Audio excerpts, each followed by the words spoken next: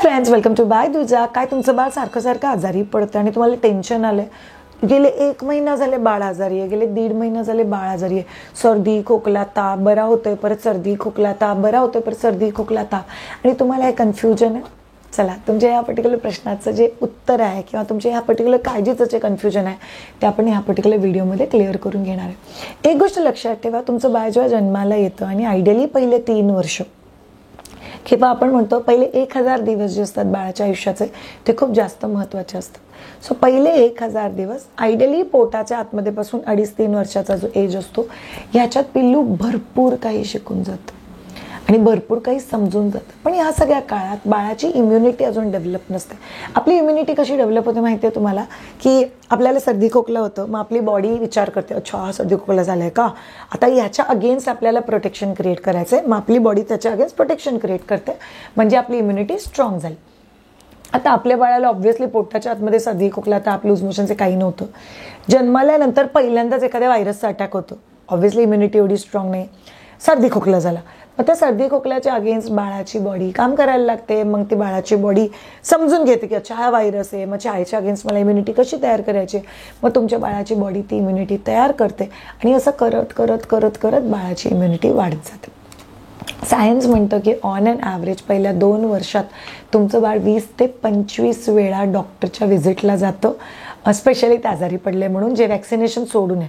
तर तुमचे वॅक्सिनेशन आणि रुटीन व्हिजिट सोडून पण पहिल्या 2 ते 3 वर्षात पिल्लू जवळजवळ 20 वेळा डॉक्टरकडे जातं. आणि हे 20ही वेळा जेव्हा डॉक्टरकडे जात आहे तेव्हा आई वडील विचारतात की अहो बघा ना, बाळ एकदम बारीक झालं, बाळाचं वजनच कमी झालं, ते काही खातच नाही आणि सारखं सारखं आजारी पडते. तर आपण या सायकलला ब्रेक कसं करायचं आहे ते समजून घेऊ. पिल्लू एकदा आजारी पडलं की युजली 3 ते 5 दिवसाचं औषध आपण बाळाला देतो किंवा आपण घरी बाळाला ठीक करू देतो. युजली आपण 1 ते 2 दिवस घरात काढतो, मग बरं नाही वाटलं की मग डॉक्टरकडे जातो, मग डॉक्टर पुढे 5 ते 6 दिवसाचं आपल्याला मेडिसिन देतात. सो हे झाले पहिले 8 ते 10 दिवस. पुढचे 8 ते 10 दिवसात बाळाला बरं वाटायला लागतं. सो पहिले 8 ते 10 दिवस आजारी पडलो, मग पुढच्या 8 ते 10 दिवसात बरं वाटलं, आणि त्याच्या पुढच्या 8 ते 10 दिवस हे रिकव्हरी फेजचे असतात. म्हणजे आजारी झालं, बरं वाटलं, आता परत बॅक टू नॉर्मल फेजला यायला रिकव्हरी फेज होते. सपोज बाळाच्या अंगावरती एखाद्या व्हायरसने अटॅक केला, मग पिल्लू आजारी पडलं, मग पिल्लू रिकवर झालं, आणि हे जी रिकव्हरी फेज असते जिथे पिल्लू बॅक टू नॉर्मल होणार आहे, इथे बाळाची इम्युनिटी ही ड्रॉप असते. आणि या ड्रॉप्ड इम्युनिटीमध्ये जर एखाद्या व्हायरसने परत अटॅक केला तर मग पिल्लू परत पहिल्या सायकलला येतो. परत व्हायरसने अटॅक केला, परत ट्रीटमेंट करायची, परत रिकव्हरी फेज.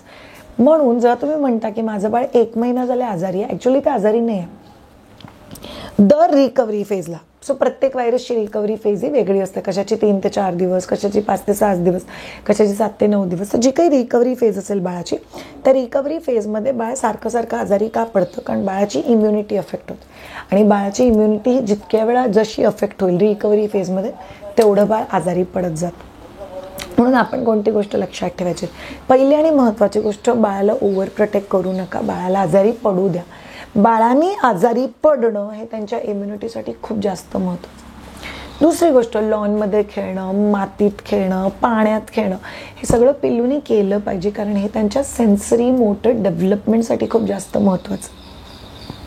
तिसरी महत्त्वाची गोष्ट, जर तुम्हाला असं वाटतंय की माझं बाळ सारखं सारखं आजारी पडतंय म्हणून मी स्कूलला नको पाठवू का, मी कुठेच नको पाठवू का, जर तेवढ्या लेवलला पिल्लू आजारी असेल तर तुम्हाला लक्षात ठेवायचं की तुम्हाला त्याला नाही पाठवायचं.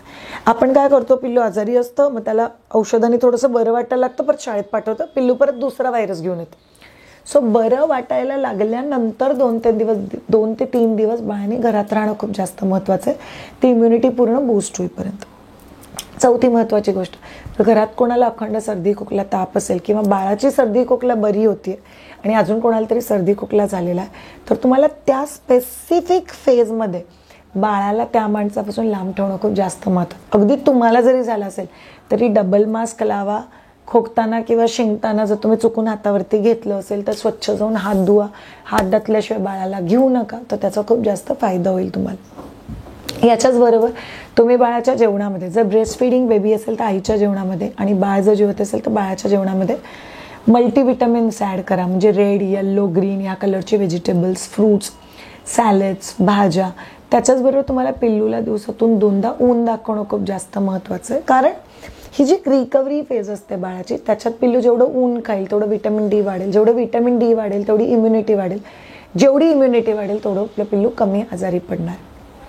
त्याच्याचबरोबर तुम्ही पिल्लूच्या डाएटमध्ये प्रीबायोटिक प्रोबायोटिक देऊ शकता, म्हणजे दही, ताक, ग्रीक योगर्ट, सोय मिल्क, आंबट फळं म्हणजे संत्र, मोसंबी, चेरीज, बेरीज, स्ट्रॉबेरी, या सगळ्यामुळे पिल्लूची इम्युनिटी सुधारते आणि त्याची तुम्हाला खूप जास्त मदत होईल. शेवटची आणि अतिशय महत्त्वाची गोष्ट, जर तुम्हाला वाटतं की तुमचं बाळ सारखं सारखं आजारी पडतं, अगदी जास्त आजारी पडलेलं असताना तसंही बाळ तुम्हाला काही करू पण देणार नाही, स्वतः पण काही करणार नाही, पण जेव्हा बाळ थोडंसं रिकव्हरी फेजला आलं तेव्हा लक्षात ठेवा की थोड्याफार ॲक्टिव्हिटी मोकळ्या वाऱ्यात, मोकळ्या उन्हात किंवा मोकळ्या अंगणात करणं हे फार जास्त महत्त्वाचं आहे. याने बाळाची इम्युनिटी खूप जास्त सुधारते. पिल्लूच्या इम्युनिटीसाठी किंवा सर्दी खोकला तापसाठी मायदूच्या वेबसाईटवरती मायदूच्या हर्बल पोटली आणि दुसरा प्रोडक्ट आहे मायदूच्या cough and cold roll on. So ideally healing किटमध्ये हर्बल पोटली, cough and cold roll on आणि टमी रोल ऑन या 3 गोष्टी तुमच्याकडे असल्या पाहिजे, जे आपण घरगुती इलाज म्हणतो की ओव्याची पोटली लावून द्या, बडीशेपचं पाणी लावून द्या, बदामाचं तेल नाभीला लावून टाका. या सगळ्या गोष्टी तुम्हाला या होममेड प्रोडक्ट्समध्ये मिळते. तर तुमच्याही कोणाला माझ्याकडून ट्रेन व्हायचं असेल किंवा माझ्याशी बोलायचं असेल तर नक्की कनेक्ट व्हा on www.myduja.com. Have a great time. Take care. Bye bye.